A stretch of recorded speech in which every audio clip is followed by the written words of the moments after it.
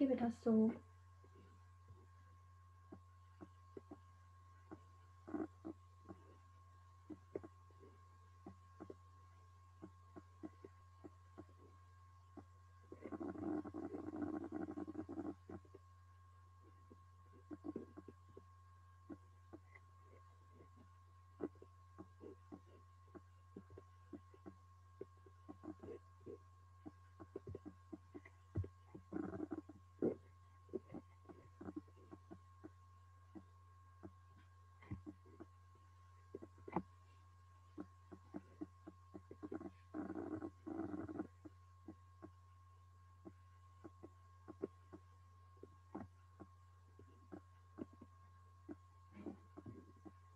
ठीक है बेटा, सो लास्ट क्लास में हमने पढ़ा था open source technologies for libraries. हमने वो स्टार्ट कर दिया था, काफ़ी जो है लेंथी ये है टॉपिक, तो इसमें से कुछ चीज़ें हमने कवर कर ली थी। Let me revise one time.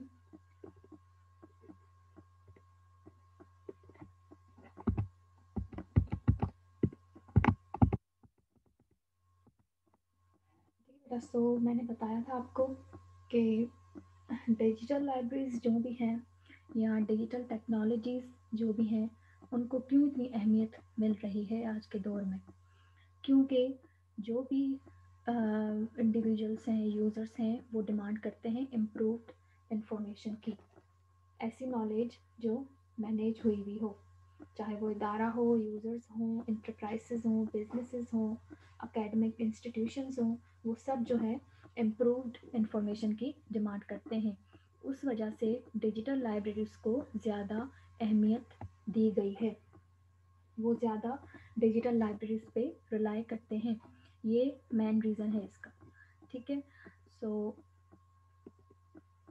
की चैलेंज ये हो गया हमारे लिए कि अगर हमारे पास मैनुअल लाइब्रेरी है तो वहाँ पे हमें जो है अपनी इंफॉर्मेशन को ऐसे मैनेज करना है कि हम जो है डिजिटल टेक्नोलॉजीज़ पे रिलाई करना छोड़ दें।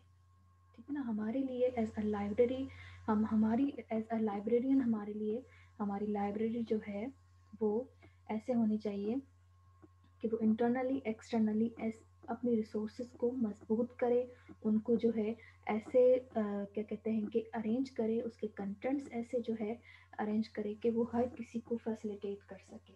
तो ये एक की चैलेंज हो गया हमारे लिए। ठीक है, तो ये चीज़ें मैंने आपको लास्ट लेक्चर में पढ़ा दी थी। आई डोंट थिंक सो कि इसको रिपीट मुझे करना चाहिए।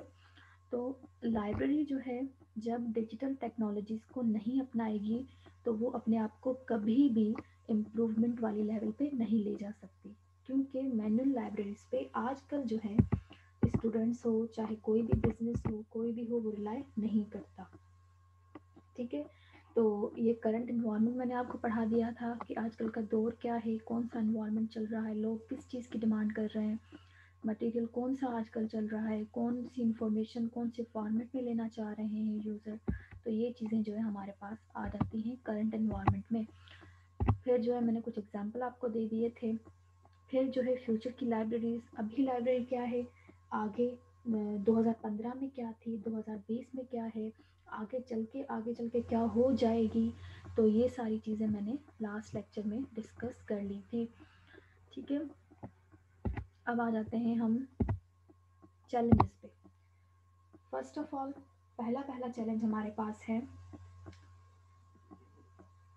अभी तक स्टूडेंट जो है मीटिंग को ज्वाइन कर रहे हैं continuously, they are disturbing me during the lecture. ठीक है बेटा, सो की चैलेंज हमारे लिए ये है कि relevance of libraries in the Google era. अब लाइब्रेरीज जो है अपने आप को इतना एडवांस कर दें कि वो गूगल को बीट कर दें, लेकिन ये हमारे लिए एज अ चैलेंज है, क्योंकि गूगल सर्च इंजन जो है वहाँ पे हर चीज़ अवेलेबल है, तो हम गूगल को जो है नहीं, एक क्या कहते हैं कि उसके साथ मुकाबला नहीं कर सकते। ठीक है, तो हमारे लिए एक चैलेंज हो गया लाइब्रेरीज, क्योंकि हम अभी भी मैनुअल लाइब्रेरीज पे रिलाई करते हैं। ठीक है, तो हमारे लिए एक ये की चैलेंज हो जाता है आजकल के दौर में। ठीक है बेटा, बेटा, सो हमारे लिए ये एक मसला हो जाता है, हमारे लिए एक चैलेंज हो जाता है जब हमारे पास मैनुअल लाइब्रेरीज होती हैं। तो वो गूगल को जब देखती हैं, उसके सर्च इंजन को देखती हैं, तो वहाँ पे सब कुछ अवेलेबल होता है। लेकिन अगर लाइब्रेरी को हम देखें तो वहाँ पे सब कुछ अवेलेबल नहीं होता। इसलिए लाइब्रेरीज जो है एडवांस होती जा रही हैं ताकि वो गूगल की सर्च इंजन को बीट कर सकें। लेकिन इट इज़ इम्पॉसिबल, क्योंकि गूगल पे मतलब अनलिमिटेड कंटेंट्स हैं, इंफॉर्मेशन है, जबकि लाइब्रेरीज में लिमिटेड होते हैं। ठीक है, तो ये हमारे लिए एक चैलेंज बनता है। फिर उसके बाद है retention of users, specially the new generation.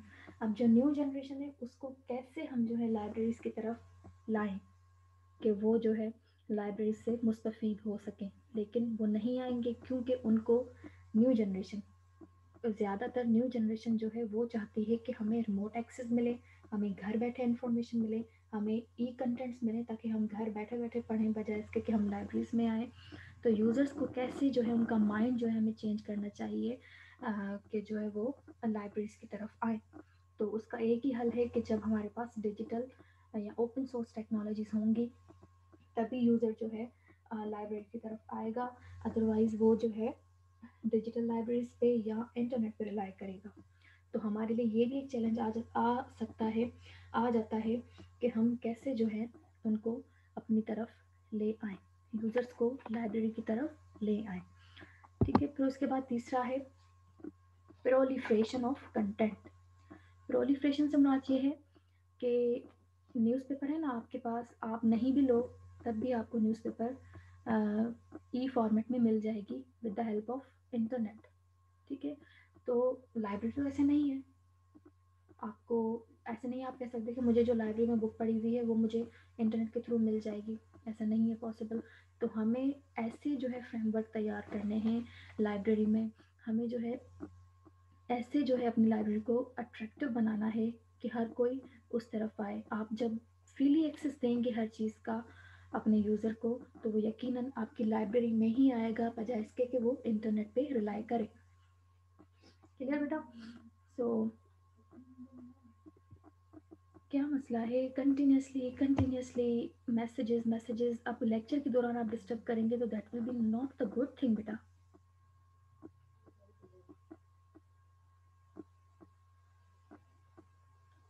बेटा हूँ वीडियो कोन थी रखी सघां ऐं तव्हांखे रिकॉर्डिंग मोकिले छॾींदसि। नियाज़ हुसैन काइंडली हाणे क्लास खे डिस्टर्ब न कयो। अगर तव्हांखे तव्हां सां मसइलो आहे त you may leave the meeting, तव्हांखे रिकॉर्डिंग मिली वेंदी लेक्चर जी। तव्हांजो जेके टॉपिक आहिनि रहिजी वेंदा, मुंहिंजो कुझु कोन वेंदो, आउं तव्हांखे नोट्स प्रोवाइड करे छॾींदसि, पाण वेठा पढ़िजो। कम अज़ कम डिस्टर्बेंस त न करियो क्लास में, तव्हां कंटिन्यूसली मैसेजिस पिया करियो।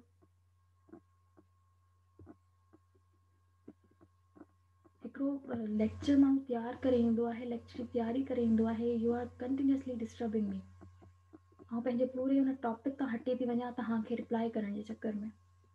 अगरि रिप्लाई न कयो त पोइ वरी मैडम रिस्पॉन्स नथी ॾे, पोइ मैडम ख़राबु थी वञे।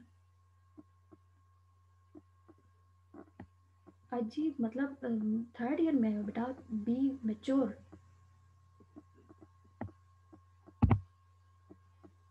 सो मुंहिंजो पूरो मतलब माइंड डाइवर्ट करे था छॾियो तव्हां। सो बेटा प्रोलिफरेशन ऑफ कंटेंट मतलब तव्हां पंहिंजी लाइब्रेरीज, माना लाइब्रेरीज जे लाइ लाइब्रेरीज के लिए एक ऐसा चैलेंज आ गया है कि वो फ्री एक्सेस नहीं दे सकती हर चीज़ का। जबकि जब हमें न्यूज़पेपर फॉर एग्जांपल चाहिए या कोई भी बुक चाहिए तो हम यकीनन इंटरनेट के थ्रू फ्रीली उसका एक्सेस ले लेते हैं। लेकिन लाइब्रेरी में ऐसा नहीं है। तो लाइब्रेरी के लिए ये भी एक की चैलेंज हो गया कि वो कैसे जो है ऐसे फ्रेमवर्क्स बनाए, ऐसी जो है उनके लिए सहूलतें फ़राहम करे अपने यूज़र को कि वो फ्रीली एक्सेसिबल हो हर यूज़र के लिए। तो ये भी एक चैलेंज हो जाता है। ठीक है, अब ये मैं समझा इसलिए रही हूँ एक एक पॉइंट कि अगर फॉर एग्ज़ाम्पल अगर आपका फिज़िकल एग्ज़ाम हो जाता है तो यकीनन मैं अगर आपको एक क्वेश्चन दे रही हूँ चैलेंजेस इन द क्या कह सकते हैं, ये भी लिख सकती हूँ चैलेंजेस ऑफ द डे, ये भी मैं क्वेश्चन में दे सकती हूँ, या मैं ये भी दे सकती हूँ कि ओपन सोर्स टेक्नोलॉजीज के दौर में लाइब्रेरीज को क्या चैलेंजेस फेस करने पड़ रहे हैं। ठीक है ना, ये क्वेश्चन बन गया। अब उसमें आप ऐसे थोड़ी करेंगे कि मैंने अगर 10 पॉइंट लिखवा दी तो आप बस उसको लिख के आ जाएंगे, दैट्स इट, नहीं।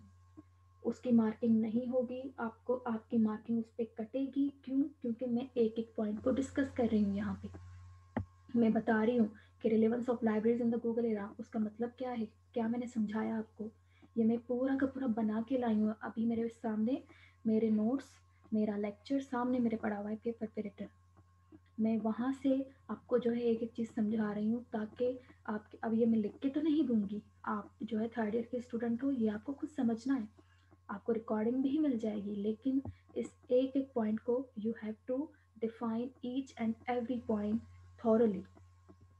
ठीक, सो प्रोलिफरेशन ऑफ कंटेंट मैंने समझा दिया। अब है diverse data streams, content categories, publication types. इसका मतलब ये है कि आप देख सकते हैं कि डेटा जो है उसका कोई भी एक चैनल नहीं रहा, डाइवर्स हो गया है, फैल गया है। डेटा स्ट्रीम्स का जितने भी चैनल्स हैं, डेटा चैनल्स जितने भी हैं, वो डाइवर्स हो गए हैं, फैल गए। आपको एक जगह से इंफॉर्मेशन नहीं मिलती, आपको एक से नहीं मिलती, आप दूसरे पे चले जाते हैं, दूसरे तीसरे के साथ लिंक्ड होती है, तो मतलब एक लिंक भी इनका बन गया है। और ये हमारे लिए एक चैलेंज हो गया कि लाइब्रेरीज में ऐसा नहीं होता। ठीक है ना, कैटेगरीज नहीं होती वहाँ पे पब्लिकेशन टाइप्स नहीं होते। आप ऐसे नहीं कह सकते कि हाँ भाई ये रिसर्च जर्नल है, ये हमारे पास क्या कहते हैं कि लाइब्रेरी में पड़ा हुआ है, ये फॉर्मेट फिजिकल फॉर्मेट में है, हमें जो है चाहिए ई फॉर्मेट में। तो ज़ाहिर सी बात है लाइब्रेरी अपने फाइनेंस के हिसाब से जो है रखेगी ना फॉर्मेट्स अपनी डेटा के लिए। तो उसके लिए एक ये की चैलेंज हो जाता है, क्योंकि जब आप इंटरनेट या डिजिटल टेक्नोलॉजीज़ या ओपन सोर्स टेक्नोलॉजीज़ इस्तेमाल करते हैं, तो आपके पास डाइवर्स डेटा स्ट्रीम्स होती हैं, मतलब डेटा चैनल्स आपके पास डाइवर्स होते हैं, फैले हुए होते हैं, पब्लिकेशन हर किस्म के टाइप में आपको मिलती है। तो ये जो है एक की चैलेंज हो जाता है। ठीक है, उसके बाद है हमारे पास multimedia and multi formats, multimedia and multi formats. वही बात कि डाइवर्स डेटा स्ट्रीम मतलब आपके पास मल्टी फॉर्मेट्स है, कोई एक फॉर्मेट नहीं है। तो लाइब्रेरी के लिए ये थोड़ा एक चैलेंज बन जाता है कि वो मल्टी फॉर्मेट्स नहीं प्रोवाइड कर सकती इंफॉर्मेशन के लिए या डेटा के लिए। मल्टीमीडिया वो भी हाँ कुछ अवेलेबल कर सकते हैं, कुछ नहीं कर सकते, तो it will be a challenge for the libraries. उसके बाद हमारे पास है collection building, acquisition, subscription, licensing. तो ये चीज़ें जो है हमारे लिए चैलेंज का सबब बनती हैं। आपको इसको डिस्कस करना है, डिफाइन करना है कि कलेक्शन बिल्डिंग जब होती है बुक्स की, रिसोर्सेज की, जो है डेटा की, इंफॉर्मेशन की, तो वहाँ पे हमें अगर लाइब्रेरी को हम देखें तो हमें एक्विजिशन के कौन से चैलेंजेस फेस करने पड़ते हैं, हमें सब्सक्रिप्शंस के कौन से जो है हमें चैलेंजेस फेस करने पड़ते हैं, हमें लाइसेंसिंग के जो है कौन से हमें एज अ लाइब्रेरियन हमें कौन से फेस करने पड़ते हैं। जबकि जब हमारे पास डिजिटल लाइब्रेरी है या डिजिटल टेक्नोलॉजीज़ हैं, ओपन सोर्स टेक्नोलॉजीज़, तो हमारी ये सहूलत जो है हो जाती है कि हमारे पास एक्विजिशन भी इजीली हो जाती है, सब्सक्रिप्शन भी हो जाती है, लाइसेंसिंग, मतलब हमारी सारी की सारी कलेक्शन बिल्डिंग इजीली होती है। जबकि लाइब्रेरी में ऐसा नहीं है, आप जो है आपके लिए मुश्किलात पेश आती रहती हैं। ठीक है, तो next is copyright, intellectual property right, fair use, plagiarism, this type of issues, ये जो हमें फेस करने पड़ते हैं जब हमारे पास क्या कहते हैं कि लाइब्रेरीज होती हैं। इन सब का ध्यान में हमें रखना पड़ता है कि आपके जो भी कंटेंट्स है उसका फेयर यूज़ हो रहा है, आपकी जो भी प्रॉपर्टीज़ हैं, इंटेलेक्चुअल प्रॉपर्टी हैं, उसके राइट्स प्रिजर्व हैं, आपके लिए कॉपीराइट का इशू तो नहीं बन रहा। तो ये सारी चीज़ें देखनी पड़ती हैं। जबकि क्या है कि डिजिटल लाइब्रेरी है या हमारे पास ओपन सोर्स टेक्नोलॉजीज़ हैं, तो हमारे पास इस बात का इशू नहीं हो, इस बात का बल्कि वहाँ पे इशू होता है, क्योंकि इंटरनेट पे है तो जाहिर सी बात है कोई भी प्लेगरिज्म करके और प्रोवाइड कर देता है। लेकिन लाइब्रेरीज़ में हमारे लिए क्या है कि हमें इन चीज़ों को फेस करना पड़ता है, हमें राइट्स को भी प्रिजर्व करना पड़ता है, हमें राइट्स मैनेजमेंट भी करनी पड़ती है, हमें कॉपीराइट का भी ध्यान में रखना पड़ता है। तो ये चीज़ें जो है लाइब्रेरी में एक चैलेंज होता है। जबकि इंटरनेट के थ्रू या ओपन सोर्स टेक्नोलॉजीज़ के थ्रू इशू होता भी है तो बंदा जो है इन्फॉर्मेशन ले लेता है, उस पर ध्यान नहीं देता इतना कि किसका काम है, किस ऑथर का काम है, आप उस पर ज़्यादा तवज्जो नहीं देते। ठीक है, तो ये मतलब एक काम ज़्यादा हो जाता है लाइब्रेरीज के लिए। अब next is technology complexities. Technology है यकीनन कॉम्प्लेक्स होगी, उसके लिए हमें कैपेबल होना चाहिए, हमें स्किल्स होने चाहिए उसको चलाने के लिए। तो लाइब्रेरी के लिए ये चैलेंज है कि वो किस किस को सिखाएगी स्किल्स, उसके किस किस को आईसीटी की तालीम देगी, उसके लिए उसको ट्रेन करेगी अपने स्टाफ को, अपने यूज़र्स को। तो ये टेक्नोलॉजी कॉम्प्लेक्स होती है, कॉम्प्लेक्सिटीज़ होती हैं उसमें, तो आप उसको जो है मैनेज नहीं कर पाते। तो ये भी एक चैलेंज हो गया। उसके बाद इंफ्रास्ट्रक्चर,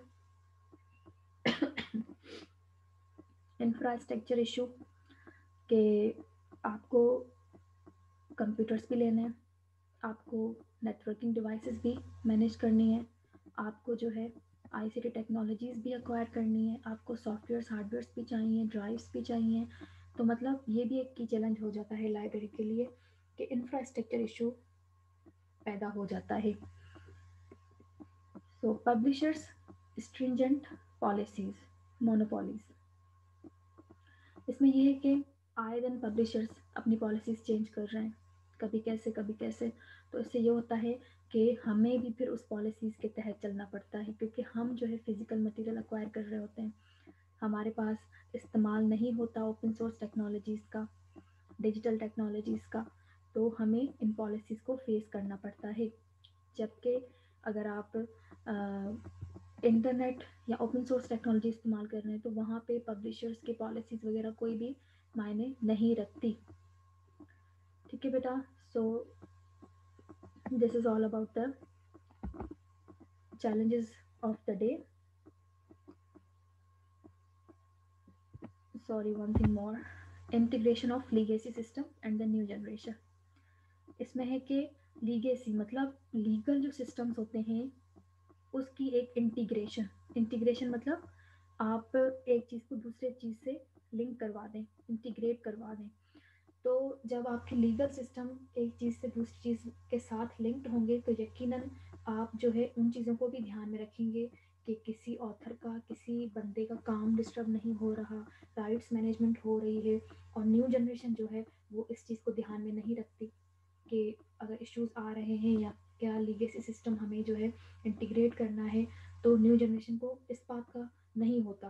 तो ये भी हमारे लिए एक की चैलेंज होता है अगर हमारे पास मैनुअल लाइब्रेरी है या हम एज अ लाइब्रेरियन, हमारे लिए ये एक की चैलेंज बन जाता है कि न्यू जनरेशन इस बात को ध्यान में नहीं रखती कि लीगेसी सिस्टम्स को भी हमें लेके चलना होता है, हमें लीगल सिस्टम के तहत लाइब्रेरी को चलाना होता है। उसको जो है एक सिस्टम से दूसरे सिस्टम में भी जो है एक दूसरे के साथ वो कनेक्टेड होते हैं। तो न्यू जनरेशन को इस बात का कोई भी क्या कहते हैं कि फ़र्क नहीं पड़ता। तो ये चीज़ें जो है हमारे पास चैलेंजेस में आ जाती हैं, कुछ चैलेंजेस थे। ठीक है बेटा, सो अब है हमारे पास इंफॉर्मेशन स्ट्रेटजी ट्रिप्स। अब कहता है कि जाहिर सी बात है, स्ट्रेटजी आप पढ़ के आए हैं, मार्केटिंग में भी आपने पढ़ी है, हर बंदे की अपनी स्ट्रेटजी होती है, इन्फॉर्मेशन की भी स्ट्रेटजी होती है कि कैसे उसको अरेंज करना है, कौन सी उसकी टिप्स हैं जिसकी बेसिस पे हम अगर अपनी लाइब्रेरी चला रहे हैं तो हम एज अ लाइब्रेरियन उसको सही तरीके से चला रहे हैं, हमने अपनी इंफॉर्मेशन के लिए स्ट्रैटेजीज ऐसी बनाई हैं कि वो हर किसी के लिए हेल्पफुल रहे। तो ये चीज़ें हमें ध्यान में रखनी होती हैं। इसमें यह है कि कंटेक्स्ट, सिनेरियो, पैराडिगम्स। अब इसमें यह है कि information manage on the basis of content. Context की बेसिस पे हमारे पास इंफॉर्मेशन मैनेज की जाती है। ठीक है ना, तो यूज़र को एक प्रॉपर व्यू मिलेगा इंफॉर्मेशन का, सिनेरियोज मिलेंगे। ठीक, सो हमें ऐसे कंटेक्स्ट वगैरह प्रिपेयर करने चाहिए। अगर हमारे पास लाइब्रेरी मैनुअल है तो हमें ऐसे कंटेक्स्ट प्रिपेयर करने चाहिए कि उसमें डिफरेंट सिनेरियोज हों जिसकी बेसिस पे यूज़र को, क्लाइंट को, हमारे हमारे पैट्रन्स को एक प्रॉपर व्यू मिल सके उस इंफॉर्मेशन की जानिब। ठीक, so next is constant. Is equal to change. मतलब इंफॉर्मेशन जो भी है हर यूज़र के लिए एक जैसी हो, ठीक है ना। Constantly published for everyone. आप कोई भी पब्लिश करवा रहे हैं, कोई भी अक्वायर कर रहे हैं collection, it will be constant for everyone, ठीक है ना। कहीं भी तहस्सुब आपको पैदा नहीं करना, हर किसी के लिए वो सेम होनी चाहिए। ये एक इंफॉर्मेशन स्ट्रैटेजी की टिप्स बता रहा है कि एज अ लाइब्रेरियन, आप किसी भी लाइब्रेरी के लाइब्रेरियन हैं या आपकी अपनी लाइब्रेरी है, तो उसके लिए एक इंफॉर्मेशन स्ट्रैटेजी टिप्स बता दिए कि कंटेक्स्ट जो होते हैं वो डिफरेंट सिनेरियोज के साथ हों, ताकि आपके यूज़र को एक प्रॉपर व्यू मिल सके इंफॉर्मेशन की जाने। फिर दूसरा कि कॉन्स्टेंटली पब्लिश्ड हो, हर किसी के लिए, कोई भी उसमें चेंज वगैरह ना हो, हर किसी के लिए कॉन्स्टेंटली पब्लिश्ड हो, सेम हो हर किसी के लिए। फिर उसके बाद technology is equal to facilitate and no intimidate. इसका मतलब ये है कि focus on one thing, intimidate मतलब फोकस ऑन वन थिंग। अब इधर है नो इंटिमिडेट, मतलब एक चीज़ पे फोकस ना करे। टेक्नोलॉजी सिर्फ और सिर्फ एक एरिया पे फोकस ना करे, हर एरिया को कवर करे, हर बंदे को फैसिलिटेट करे, कोई भी एक ग्रुप को जो है फोकस ना करे। इंटिमिडेट का मतलब होता है कि फोकस करे एक चीज़ पे, लेकिन नो इंटिमिडेट मतलब एक चीज़ पे फोकस ना करे, ठीक है। सो ये हो गई हमारे पास एक दूसरी ट्रिप। उसके बाद है information, the big picture, landscape. अब इससे मुराद के लाइब्रेरीज होती हैं, वहाँ पे प्रिंट डिजिटल हर किस फॉर्मेट का जो है उनके पास कंसेप्ट होता है, उनके पास इंफॉर्मेशन होती है, ठीक है। तो लाइब्रेरी का ये काम होता है, पर्पज़ होता है कि वो एक ब्रॉडर व्यू दे सके अपने यूज़र को टुवर्ड्स द इंफॉर्मेशन, चाहे वो इंटरनली जनरेट हुई हो, चाहे वो एक्सटर्नली जनरेट हुई हो। तो आपको एक बिग पिक्चर दे सके, एक लैंडस्केप दे सके, चाहे इंटरनली, चाहे आपको ऊपर ऊपर से सरफेस इंफॉर्मेशन चाहिए वो भी आप दे सके। आपको आपसे अगर मांग रहा है डीपली इंफॉर्मेशन, तो you have to provide them, ठीक है। सो इन्फॉर्मेशन जो है उसका इधर बता रहा है कि एक टिप है कि बिग पिक्चर होनी चाहिए, लैंडस्केप होना चाहिए। उसके बाद है सर्विस, मार्कअप एंड मार्केट। इसमें हमारे पास याद मार्केटिंग का आप कॉन्सेप्ट पढ़ के आए हैं, मार्केटिंग आपने पूरा सब्जेक्ट पढ़ा है। तो मार्केटिंग का कंसेप्ट जो है वो लाइब्रेरीज में होना चाहिए, ताकि आप अपनी सर्विसेज को, अपनी रिसोर्सेज को, जो भी हो। अब रिसोर्सेज में क्या क्या आ जाती है हमारे पास, हमारी कलेक्शन भी आ जाती है, हमारी सर्विसेज भी आ जाती हैं, जो भी अवेलेबल हो आपकी लाइब्रेरी में, आप उसकी मार्केट कर सकें, आप उसको मार्कअप कर सकें, आप उसको क्या कहते हैं कि डिस्काउंट पे दे सकें इंफॉर्मेशन, सर्विसेज, ताकि वो उस लाइब्रेरी की तरफ आ सके, उससे अट्रैक्ट हो सके। तो ये भी एक इंफॉर्मेशन स्ट्रेटेजी टिप हो गई हमारे लिए। उसके बाद कैपिटल। अब कैपिटल मतलब जिससे आपकी क्या बने, क्या कहते हैं कि फाइनेंस बने, ठीक है। आपका क्या कहते हैं कि इकोनॉमिक तरीके से आप जो है पावरफुल हों। तो लाइब्रेरी का सरमाया, या क्या कहते हैं कि अब पैकेट, ये जो है यहाँ पे मतलब सिंधी में इनके चाहे वो महारत हो, ठीक है। मतलब आपके अंदर स्किल्स हों, कैपेबिलिटीज़ हों, तो यही जो है आपका कैपिटल होता है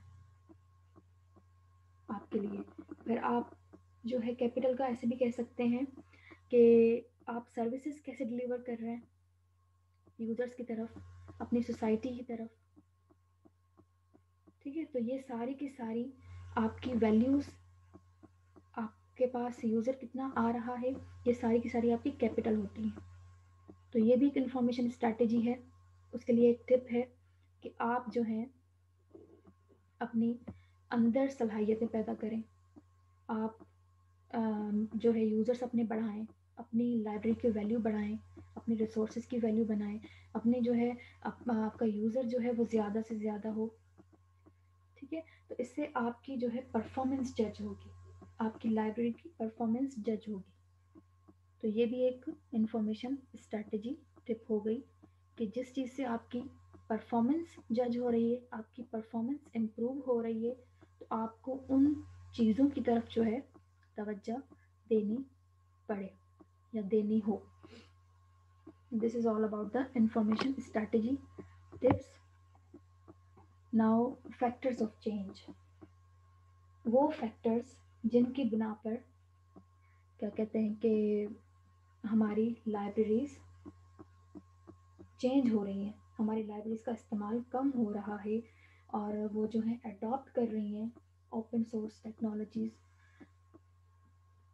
डिफरेंट टेक्नोलॉजीज़।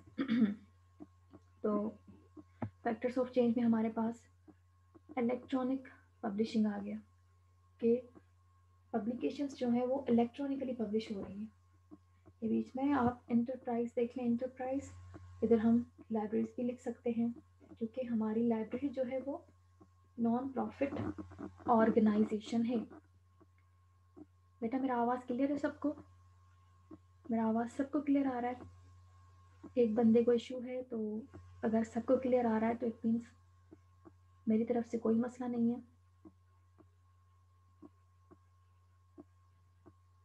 ठीक है बेटा, रोल नंबर 41, आपके यहाँ पे कोई है प्रॉब्लम आपकी नेटवर्किंग डिवाइस में या आपके इंटरनेट में कोई इशू है, हेडफोन्स में मसला है, यू मे चेक। मेरी साइड पे कोई मसला नहीं है क्योंकि सबको मेरा आवाज़ क्लियर आ रहा है। Factors of change, let's come to the topic. So factors of change में हमारे पास कि हमारा बिजनेस, एक लाइब्रेरी हमारी चल रही है, ठीक है ना, मैनुअल तरीके से चल रही है, क्यों जो है उसमें चेंज आई?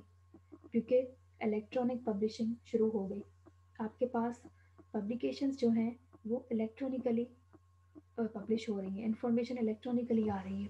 गूगल बुक सर्च है, वो जो है हर साल पे जो है इतनी इतनी बुक्स इलेक्ट्रॉनिकली पब्लिश कर रहा है। तो इट मीन्स ये फैक्टर्स जो हैं नुकसान नुकसान तो नहीं लेकिन इम्पैक्ट छोड़ते हैं लाइब्रेरीज पे।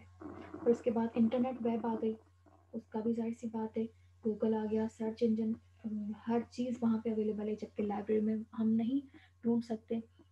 हमारे पास जो है सेलेक्टेड रिसोर्सेज होंगी, जबकि हमारे पास इंटरनेट वेब पे ऐसा नहीं है।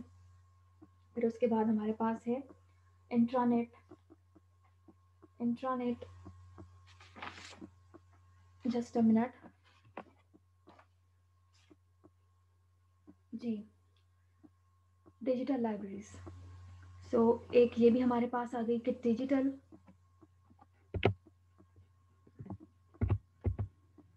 डिजिटल लाइब्रेरीज, उनका भी एक कंसेप्ट शुरू हो गया। तो वहाँ से भी एक फैक्टर ऑफ चेंज डेवलप हो जाता है कि लाइब्रेरीज, मैनुअल लाइब्रेरीज, उनका कंसेप्ट आहिस्ता आहिस्ता ख़त्म होता जा रहा है।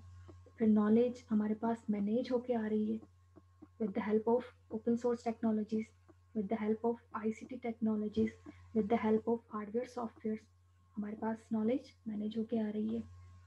फिर उसके बाद ई इंफॉर्मेशन, उसका यूजेज, फिर यूज़र बिहेवियर, दोनों जो है वो भी चेंज हो रहे हैं, क्योंकि यूज़र डिमांड ही कर रहा है ऐसी इंफॉर्मेशन जो उसको रिमोटली एक्सेस दे, घर बैठे बैठे वो हासिल कर ले, वो इस बात की जो है डिमांड कर रहा है। ठीक है, तो ये जो है फैक्टर्स ऑफ चेंज। इंट्रानेट, ये लोकल नेटवर्क है या हम प्राइवेट नेटवर्क भी कह सकते हैं, ग्लोबली ये कनेक्टेड नहीं होता। जैसे इंटरनेट है ना, वो ग्लोबली कनेक्टेड होता है, ये इंटरनेट, इंट्रानेट ग्लोबली कनेक्टेड नहीं होता। रेस्ट्रिक्शंस के साथ, लिमिटेड एक्सेस के साथ ये जो है एक प्राइवेट या लोकल नेटवर्क होता है जो सिलेक्टेड इदारों में या सिलेक्टेड कंट्रीज़ में चलता है, ग्लोबली नहीं होता। तो अब इन सब चीज़ों, इन सब फैक्टर्स ऑफ चेंज की वजह से क्या हो जाता है कि हमें एक्सपीरियंसेस भी मिलते हैं, हमें लेसन्स भी मिलते हैं, हमें इम्पैक्ट भी उसका कोई ना कोई पड़ता है, फिर इम्प्लीकेशंस भी होती हैं। ये सब जो है, ये क्वेश्चन है आपका, फैक्टर्स ऑफ चेंज आपका पूरा एक क्वेश्चन है। ये तभी मैंने इन सब चीज़ों को डिटेल में आपको समझाया। नाउ कैसे आप इस क्वेश्चन को फ्रेम करते हैं, it is depend on you. ठीक है, अब इंफॉर्मेशन मैनेजमेंट का की गोल। अब मैं समझती हूँ कि आज के लिए इतना काफ़ी है, क्योंकि मीटिंग टाइम भी ख़त्म होने वाला है और 11 भी बज गए हैं, मुझे अटेंडेंस लेनी चाहिए। ठीक है बेटा, so I am going to leave here. कल जो है हम इंफॉर्मेशन मैनेजमेंट की गोल्स के उसका क्या मकसद होता है, इंफॉर्मेशन हम मैनेज करते हैं उसका बेसिक मकसद क्या होता है, तो ये हम कल डिस्कस कर लेंगे।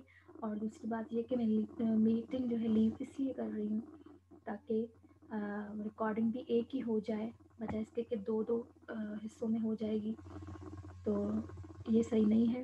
ठीक है, तो कल जो है फिर हम इसको कंटिन्यू करेंगे।